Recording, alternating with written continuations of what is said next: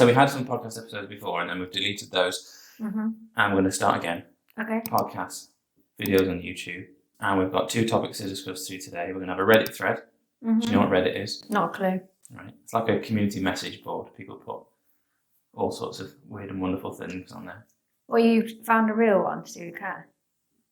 No, it's a general one. And then there's one about dementia. There's one about asking old people questions. Oh, okay. And we now have one called Home Care Helpline, should anybody need to find it and post something on as a question. Okay. And we're going to have a phone number so people can ring. And we've got an email address. And I can't remember what it is. I think it's homecarehelpline.mailbox@gmail.com. And we've mainly thought about bringing this back after our lunch in Yawacha in London. Surrounded by a Chinese family, a posh old bloke. And 2 businessmen. Not that they are relevant to this, though. Did they not have a problem? No, the gentleman that was to the right, who was discussing his parents with the older gentleman, right? He had also had problems with his parents. Having problems so with they had, that table had 2 problems. Yeah. And the Chinese family had 1. Yeah. So you sit down for like a lunch off work, and then all you hear is, my one's gone through this many carers this week. And on this side is this guy saying, I have no idea how to help, but this has gone wrong, kind of thing. Yeah. And as I said to you at the time, if there'd been a natural break in that table on my rights conversation, I wouldn't have been able to help myself but say, well, look, without trying to come across as invasive and rude. Nosy. I've been listening to your conversation for the past 10 minutes. In my defence, there's like a library book's distance between the tables, literally. You can't even get out to powder one's nose, should we say. But genuinely, there was so many simple things that we could have shared with that chap, which would have made his life, or certainly on the impression of what he was saying to his companion, so much easier. Might have made him feel better at the very least. You're not going to toot your own horn. Yeah. But and you can help because work is home care. Yes, obviously. And you're a nurse. Yes, I am. And we have a home care agency which looks after approximately 150, 160. What was the last count? 170. 187. Mostly elderly, vulnerable. Adults in their own homes. Not necessarily vulnerable. Some people just need a little bit more assistance. Yes, but technically when you reach a certain age, your class is vulnerable. So we're going to run through 2 topics today. Okay. One's dementia based, and one is about falls, strength, and involves a rather well-known lady. Okay. I didn't get the date, so first one to discuss, Dame Judi Dench.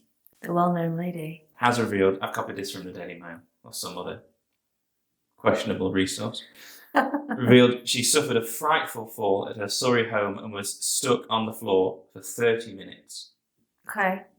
The legendary actress, 87, told how she tripped over her carpet and was unable to get herself up.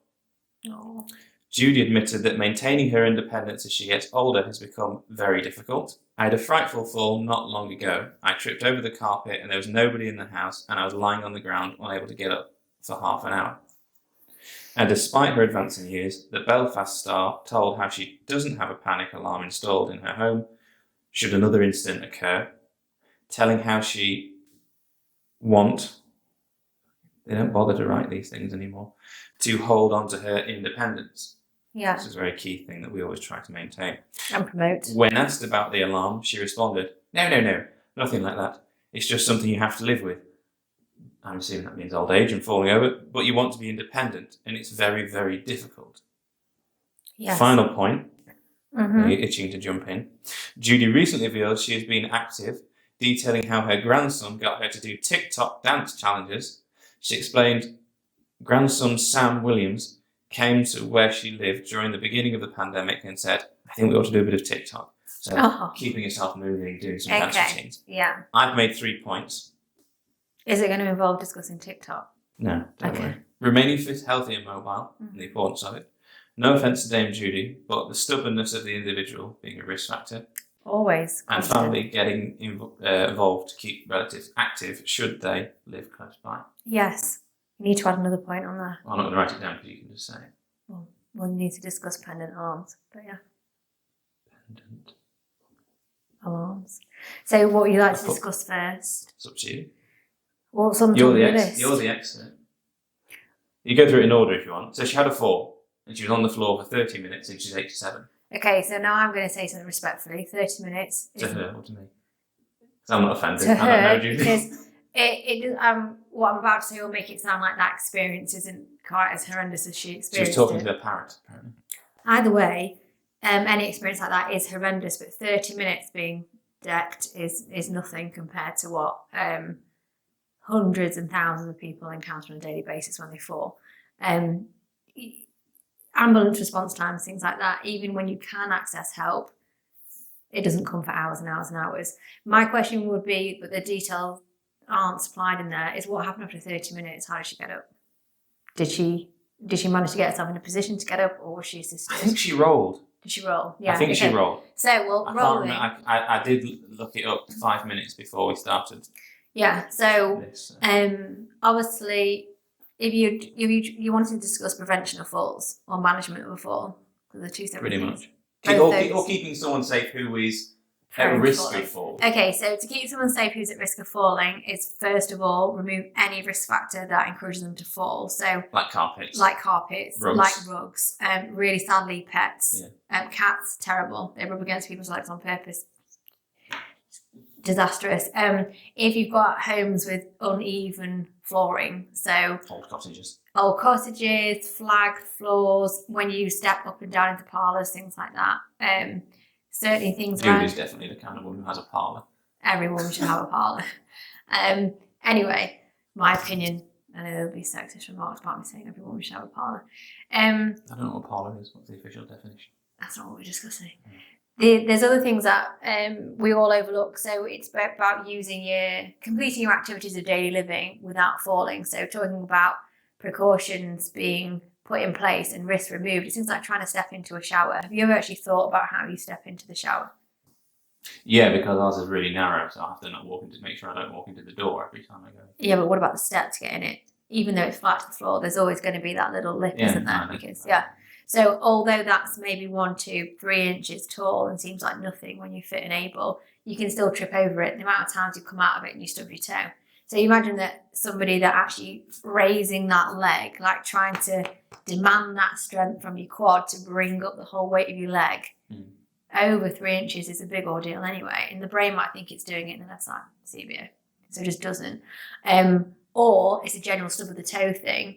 And the issue is the balance. So balance is lost. So then hence why we go down. What is the best way to maintain, preserve, increase balance? Do you think? Because I tell you to do this all the time and you don't do it. Quiz. Yoga. Well, that would be core a good one. Exercises. Core strength, yeah. So the answer really is if somebody is Judi needs to do some crunches. Yes, ultimately.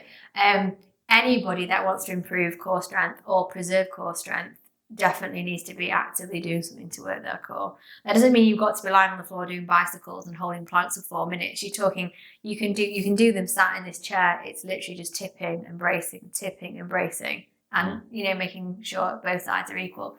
Things like that really help. And there are quite a lot of PTs that do senior citizens. Yeah, and those classes are brilliant because all it's about... Shout out to Seb. All it is literally about is maintaining or gaining that core strength, and the core being not just your abdominals, it's all your back, it's actually your glutes as well. It's everything that keeps you sturdy.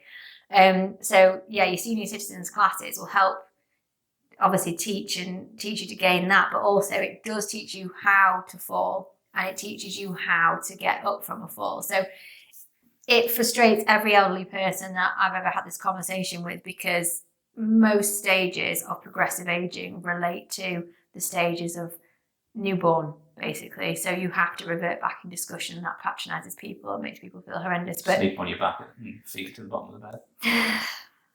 Toileting, feeding, mobility, everything moves backwards, and we go back to those stages where we were underdeveloped. So it will happen to everybody who's fortunate enough to age. So it's crawling, it's rolling, it's getting onto your knees, it's being able to move your head enough so that you're keeping your airways clear. It is literally like babies having tummy time kind of shit, but it's massively, massively effective. And Pomps used to go to that gym in Bath, and they were brilliant. Absolutely brilliant. They would literally get him to lie on the floor and without any assistance would put a timer on and be like, get up. And then they could see how he's struggling to get away. Watching a nature program with the turtles trying to get down the beach. Very large elderly turtle in Ponce's situation. But yeah, basically, and then they teach you, well, no, you need to be drawing your knee up, you need to be using your elbows, you need to be doing this and the other. And then you go back like a gym session and you get fitter and you learn the tricks, the knack, should we say, to how to get back up. So that's really helpful. So your own strength, removing any obstacles that are naturally going to cause you to fall. And there's clinical factors. Things like medication can be an absolute nightmare for actually increasing the risk of fall. So have you medication reviewed by medication reviewed, making sure for anybody that is involved in caregiving, so this would be to children of elderly parents, making sure that those medications are being taken effectively. Again, it's always brick wall conversation because it patronises people, but it's like, well, Mama, are you actually taking these tablets at the right time? And are you definitely only taking one of these? Because if you take more of these, X, Y, Z is going to happen. And that's usually a really, really, really big... Briefly touching on the stubbornness of the individuals as they get older, remaining independent. I mean, there was that one lady who was incontinent in her chair, but refused any help, and was adamant. Either she didn't know she was, or she was just kind of adamant that I don't care that I'm incontinent and was going to go for it. Yeah, I think she was past. Embrace being old. Yes, I think that really was like a moment of, well, sod it, I am where I am and I'm not going to be vulnerable, I'm not going to be inferior to it, kind of thing. But that plays into everything. But somebody being stubborn around their medication can be absolutely lethal. So somebody taking too many blood pressure medications, or not taking enough to control how the heart functions, or taking not enough of the diuretics they should be taking, honestly just alters the ability for the system to actually maintain itself. So when anyone goes from sitting to standing, you're down before you've even finished a full stand, because the medication you should be taking or shouldn't be taking is affecting obviously your system. So 30 minutes isn't particularly long, but obviously would give her a massive shock, especially if that's like your first one. First time, yeah, no, horrendous. And I didn't mean that disrespectfully, but honestly, we've arrived in clients' homes when they've been on the floor for like over 8 hours because they have one morning call. And then you come back in the next morning and somebody's on the floor, and to the point where their bruising is pulled and they're half purple. They've been there for a long time. Yeah, and that was the first one, even 30 minutes, and my mind would be, is there going to be another one soon after? Particularly it's medication. Or nutrition. Ineffective hydration. Yeah. Or one particular piece of the house which isn't going to be suitable, and that's going to cause an issue very quickly. Carpets. So carpets, rugs, I was assuming she would have meant rug, unless it's like loose carpet, or it's going to be that super or dense, really expensive depth of carpet. So your foot gets stuck in it.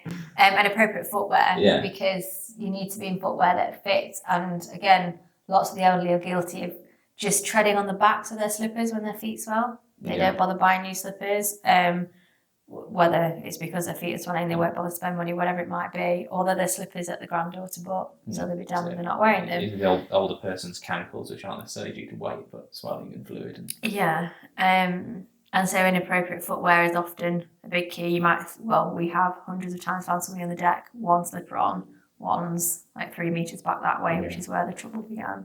And then the strength to get yourself up. I say working on your core, very important for even in anybody in later life, let alone if they are just have had a fall or not. Yes. Maintaining independence, being difficult, and pendant alarms.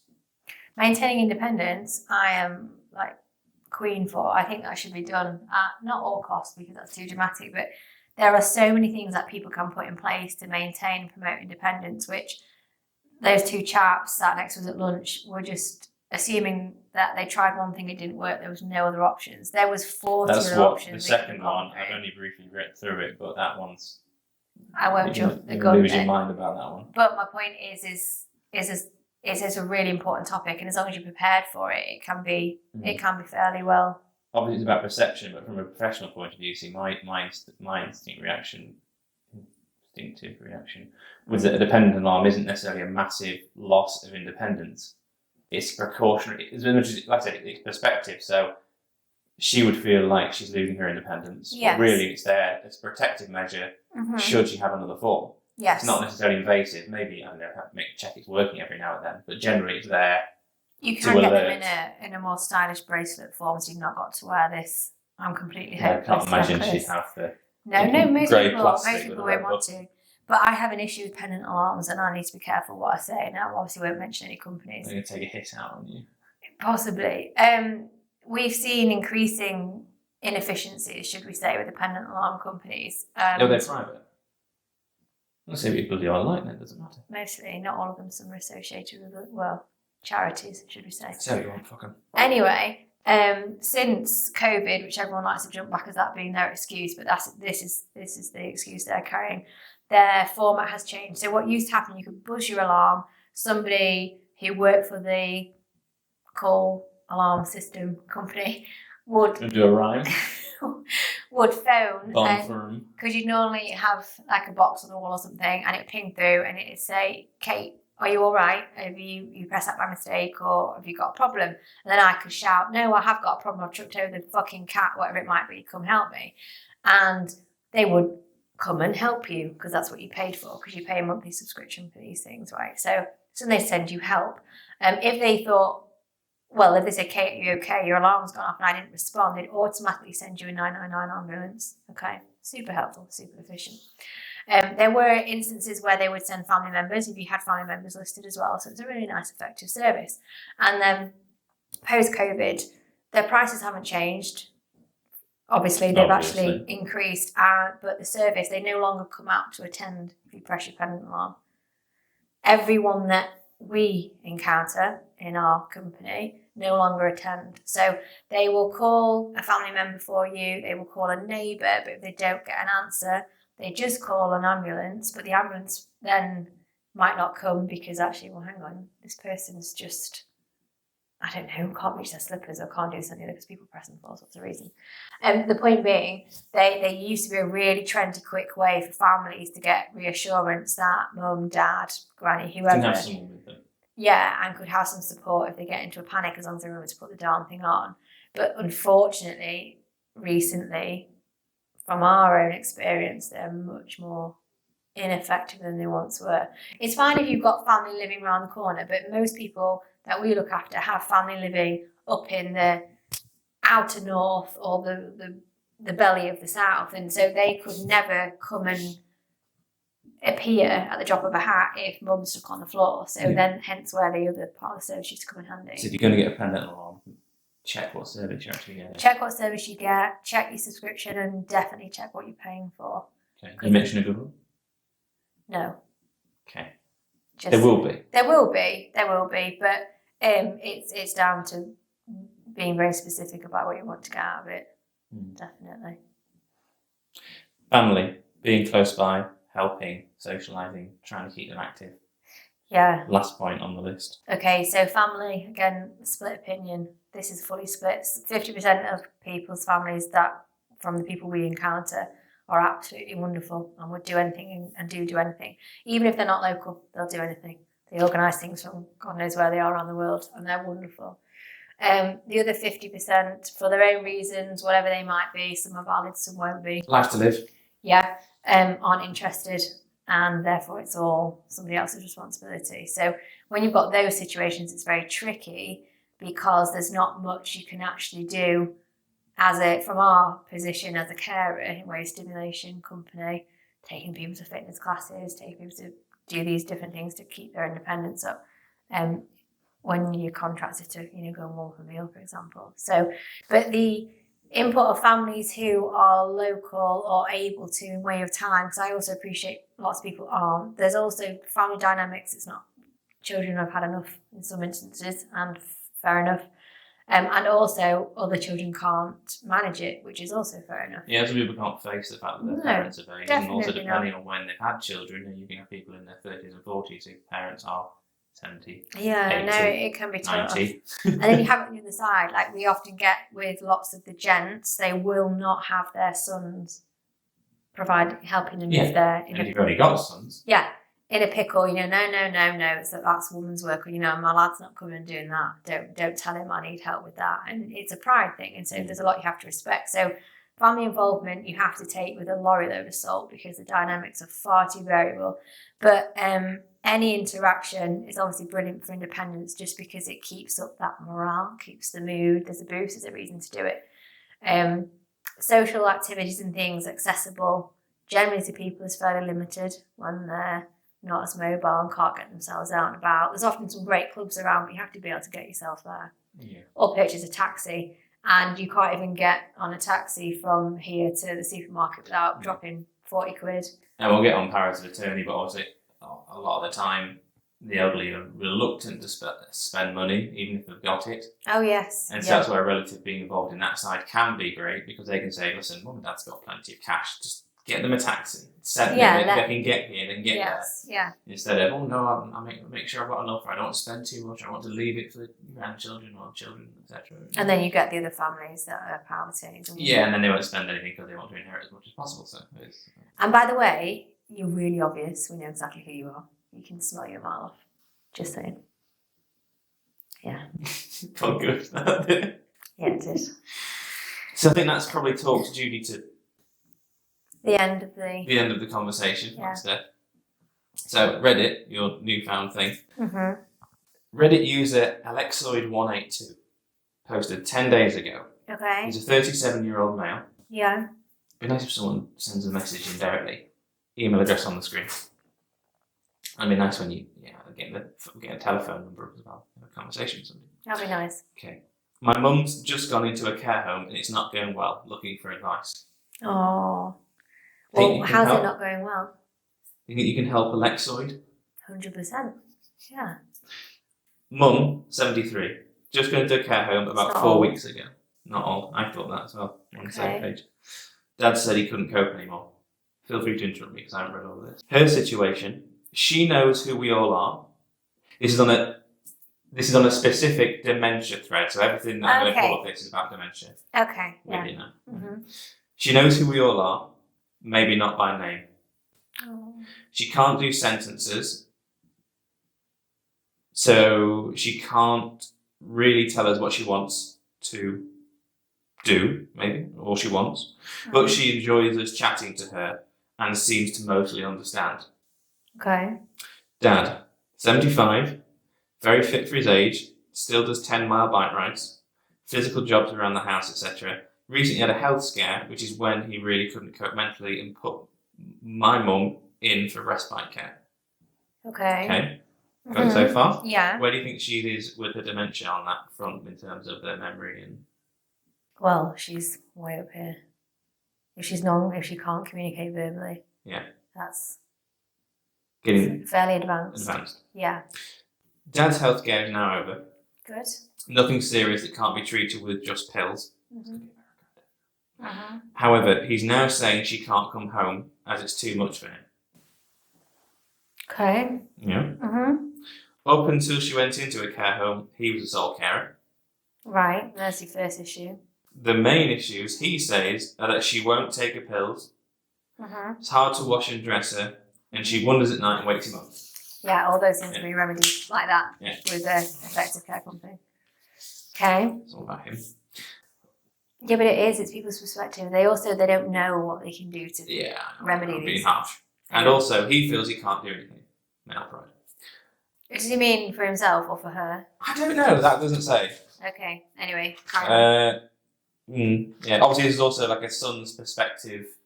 Yeah. As well. So. Yeah. I did ask if he'd consider her living at home and just get carers in to do that stuff at him, but he says she'd still wander at night. Yeah, but carers can be in overnight. The reason I was trying to find ways for her to go home is that she's extremely depressed at the care home. She's obviously got some level of awareness. Yeah, well, even animals that can't communicate, understand. Yeah. I think she knows who they are, like her children around the time. She says she hates it, finds it scary, doesn't understand why she has to be there. The care home itself is fine and the staff are nice. So. Is she eating? Doesn't say. It doesn't say. Okay. I can imagine if she's depressed and not enjoying it, she will definitely have a reduced appetite. She just doesn't want to be there. When I visit every other day, to her son, she doesn't want me to go. And when I take her out, she doesn't want to go back. Over the 4 weeks, she seems to be getting worse rather than adjusting. So I'm asking, Can care home work? When visiting my mum, how should I leave? Goodbyes really upset her there. Should I be trying to sneak off? Is there anything I can do to help her emotional state? I'm crying pretty much every day and having panic attacks, just desperate to somehow make things better for her. Oh. Okay, so without more specific detail, the biggest issue from that is obviously that she's been there for long enough that if she was going to adjust, there would be signs that she was adjusting. 4 weeks. Yeah, definitely. Because the good thing with somebody who experiences dementia... Do you need a tissue? No, I'm fine. They can't remember. So their environment that they're in... They're adjust their story to suit the surroundings. Yeah, basically. And then if it's done right, so if you were going to be transferring somebody from a home environment to a care home environment, you need to replicate the home environment as much as physically possible in their personal space. So let's say there'd always been a picture above the bed at home, or there's a certain lamp on the bedside table, they would 100% be in that room before mum would enter it. So there'd be familiar things. So she's not stupid, she's got dementia, she'd know it was a different space, but there would also be familiar things that she could see, which would be reassuring. So I'm assuming there's personal effects in that space. Yeah, but maybe not that. Yeah, maybe they moved some afterthoughts. It was supposed to originally be respite care, so Yeah, there would have been no major But input to begin generally, with.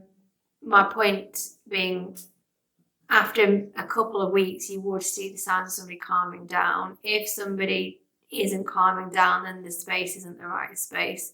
It doesn't mean there's something wrong with the home. It might just mean that's just not. Yeah. It's not right for that person. It sounds too early.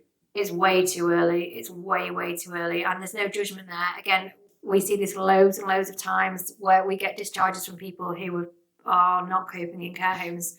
And that's the first place they've gone when they need any escalation of support. So as a minimum, you'd expect to see a full care package for somebody at home first, which would be 4 calls a day. It would address your general personal care tasks, so washing and dressing, undressing and washing at bedtime. Yeah. Well, that was the husband's main thing, wasn't it? So his sole carer are medication, wash and dress, wanders in the night. Easy.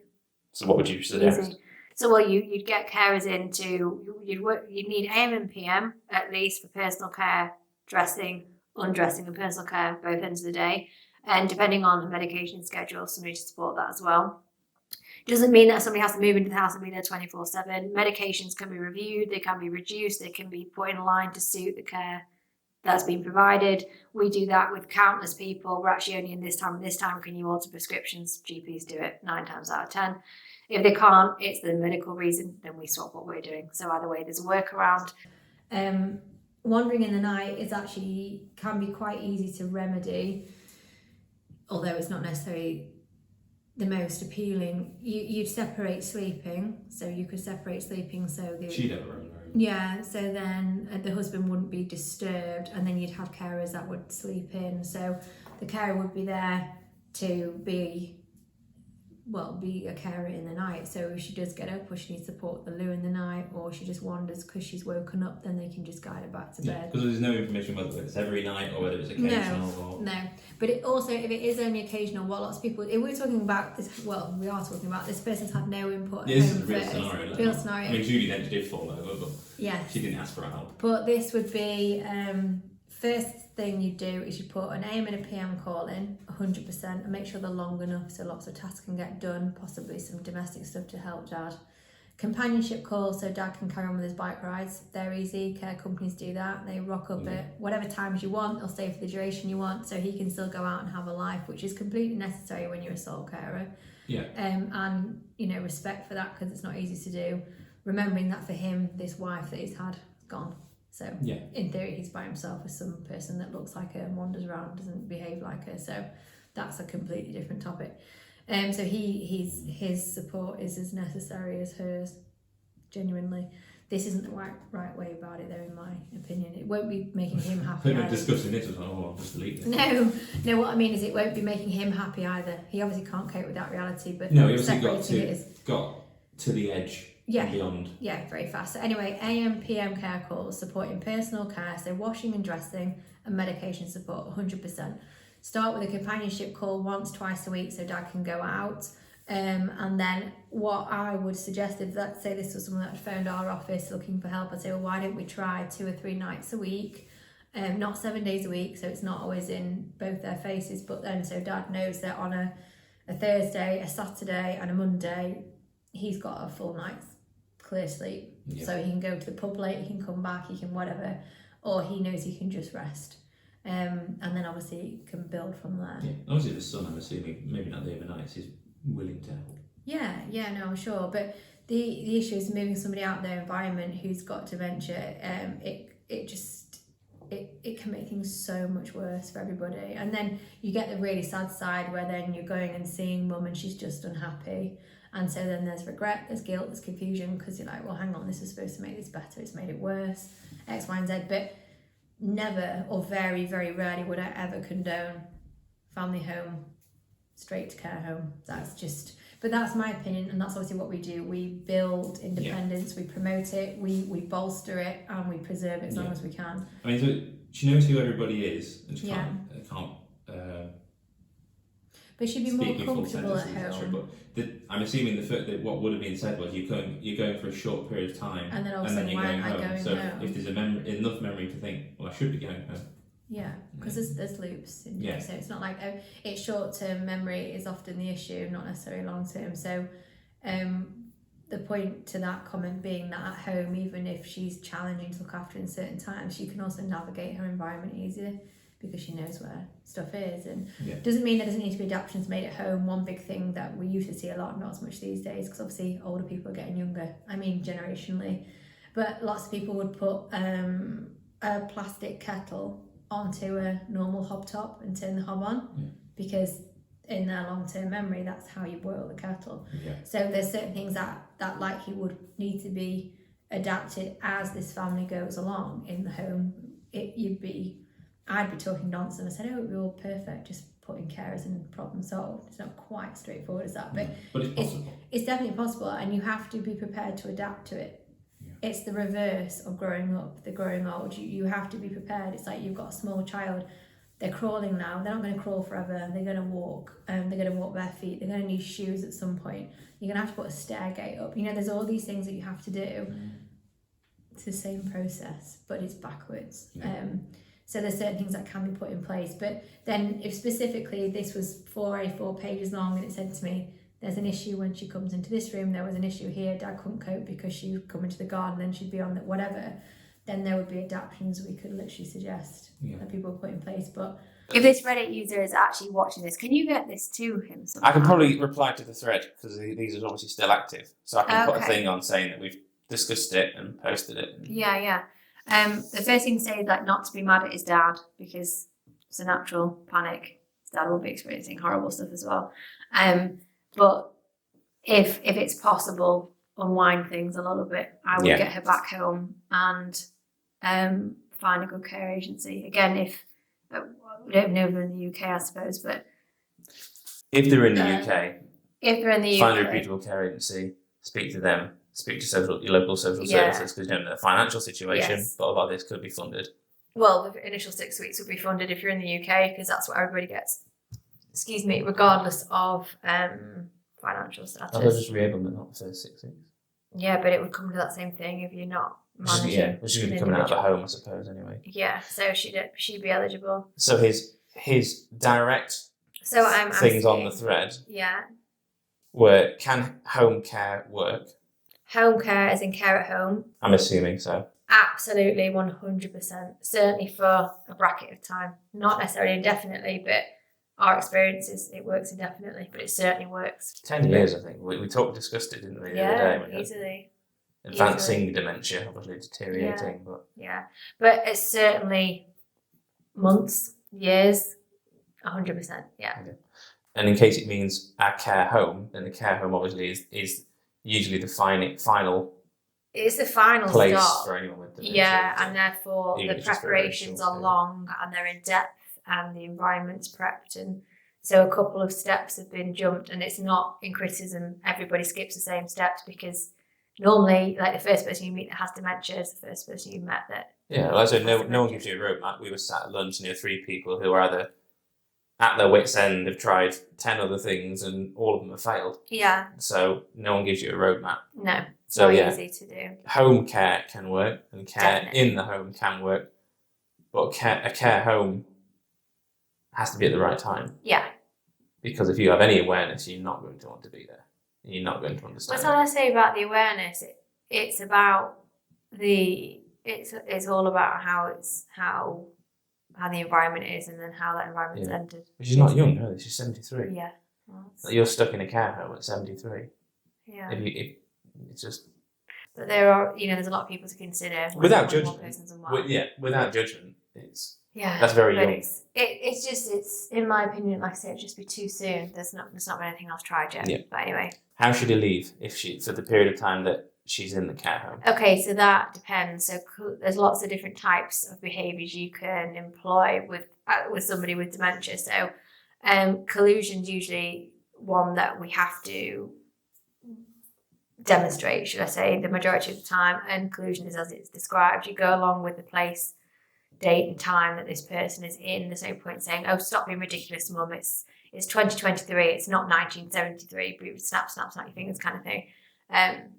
It's short-term brain memory is not going to work. So it depends. So if he was saying, oh, she's not got a clue where she is and this, that and the other, then going quietly wouldn't be an issue. But reading this or listening to this, it sounds like she's very much aware that she's about to be left. Yeah. And she doesn't want to be left. She's about to be taken back.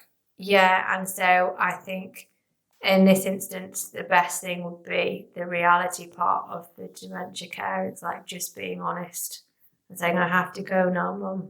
I will be back as soon as I can be. I mean, if any of this advice can be taken on board, then it'd be, look, I'm going now, Mum, but there's stuff I'm looking into, so just hang tight kind of thing. Yeah, he's got a very open conversation with his dad. Yeah, but neither's wrong, and neither's ever wrong with somebody with dementia. Like, I'm going to go get a drink, and then... Yeah, I've got to take this work call. I'll be back in an hour or two. So they're not waiting for the next 5-10 minutes thinking, where have they gone? And then an hour or two's passed, and if somebody's got advanced dementia, that short-term memory that someone's left is gone. So there's no need to make a song and dance out of it. So that would have to be the judgment made by him, because I can't quite understand. She sounds obviously very poorly if her speech has subsided, but then if she's aware when people are leaving, then that would say she's got quite a lot of cognitive ability. Anything he can do to help her emotional state. So I'm assuming that's going to go back to personal effects from the house, things that might remind her, make her feel more at home. Yeah. And then, as you say, if the plan would be to get her back home, would be to try and reassure her that things are being looked into. Yeah, definitely. And ways to support communication. Again, there's not a lot of information in there, but it's just saying, her speech isn't as good. So how do they communicate with her? I know they speak to her, but how does she speak back? There's also things that can be put in place to communicate things. Yeah. Picture cards, whiteboards. Again, you are back to that. Mummy showing baby a picture of a football. This is what we're talking about. It's that sort of not the baby's cards, there's adult versions, but it's a very clean way to communicate. Yeah, certainly in the UK there is help out there and steps that can be taken. Yes, and that will help the last point of obviously panic attacks, feeling very upset and wanting to help. And because that's a horrible thing to feel, and that's because mainly that's guilt and it's fear, I imagine, because you just instinctively, your mum's not right, so it's like, well, I need to do something about that. But when you don't know how, that's genuinely very, very hard. So, they would be my answers. But if we could get more information from where this person is, we might be able to give some more help. Would be. Yeah, I think that's covered those two. I think it has, Episode 1. Mm-hmm. Success? Yes. That's hot. So. I know, it's nice. Isn't it? Nice.